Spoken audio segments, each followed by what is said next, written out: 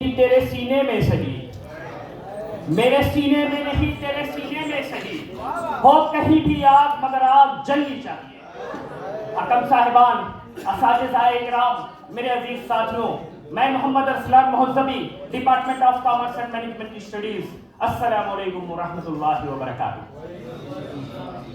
میرے بائیں جانب موجود میرے ساتھی نے ابھی جس آواز کے ساتھ، بلندیوں کے ساتھ اپنی اس بات کو منوانے کے لیے بارہا اپنے ہاتھوں کا استعمال کرتے ہوئے ڈائس کو پیٹتا رہا کہ ہم کو وہی تعلیمی نظام چاہیے جو 1830 میں بنا تھا، جو 1947 میں بنا تھا، جو 2020 میں بنا تھا۔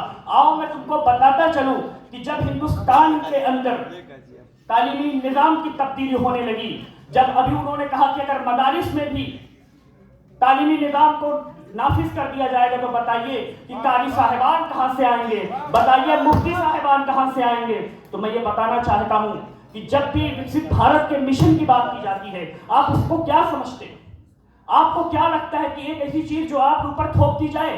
1830 میں جب جا کر انگریزوں نے ہندوستان کے تعلیمی نظام کو بدلا، پہلی بار انہوں نے کلاس روم کو ایجاد کیا، پہلی بار ٹیچر اور ایجوکیشن سسٹم میں تبدیلی لائی۔ اس سے پہلے ہندوستان کا تعلیمی نظام کیا تھا؟ گروکل سسٹم چلتا تھا، گروکل سسٹم۔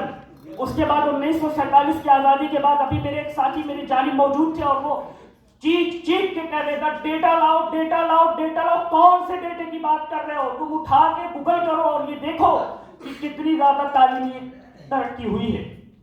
آپ کس ڈیٹا کی بات کر رہے ہیں؟ آئیے میں آپ کو اکنامک میں بتاتا ہوں۔ 2023 کی رپورٹ میں 368.1 بلین کا ٹرن اوور اسی on line education plate form نے کیا ہے۔ 2028 تک میں یہ مانا جاتا ہے کہ 668 بلین کا ٹرن اوور ہوگا۔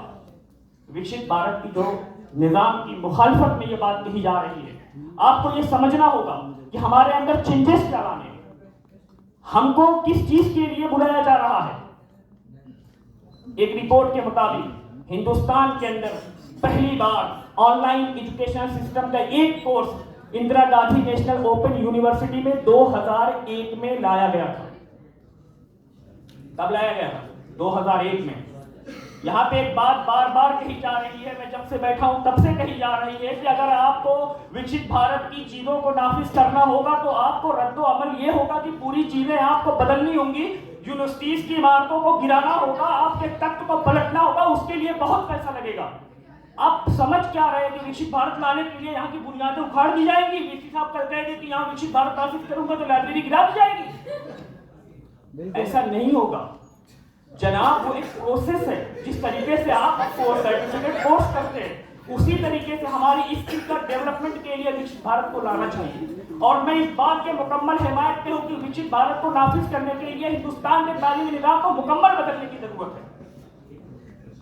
اور میں آخر میں اپنے بائیں جانب تمام لوگوں سے موجود یہ کہنا چاہتا ہوں کہ اگر وہی تعلیمی نظام جس پہ آپ اتنا ناز کر رہے ہیں، کسی تعلیمی نظام نے ہندوستان کو مولانا ابوالکلام آزاد کیا، ڈاکٹر اے پی جے عبدالکلام کیا، اس طریقے سے ہزاروں نام آپ پکار کر کہہ رہے ہیں، آپ یاد رکھیے کہ اتنی بڑی پاپولیشن میں اگر اتنی چند چیزیں سامنے آ جائیں، اتنی چند ماہرین نمایاں ہو جائیں، تو اس کا مطلب یہ نہیں ہے کہ ہمارا ایجوکیشن سسٹم اتنا بہتر ہے کہ ہم انہی 4 10 20 نام کو لے کر آگے چلتے رہیں۔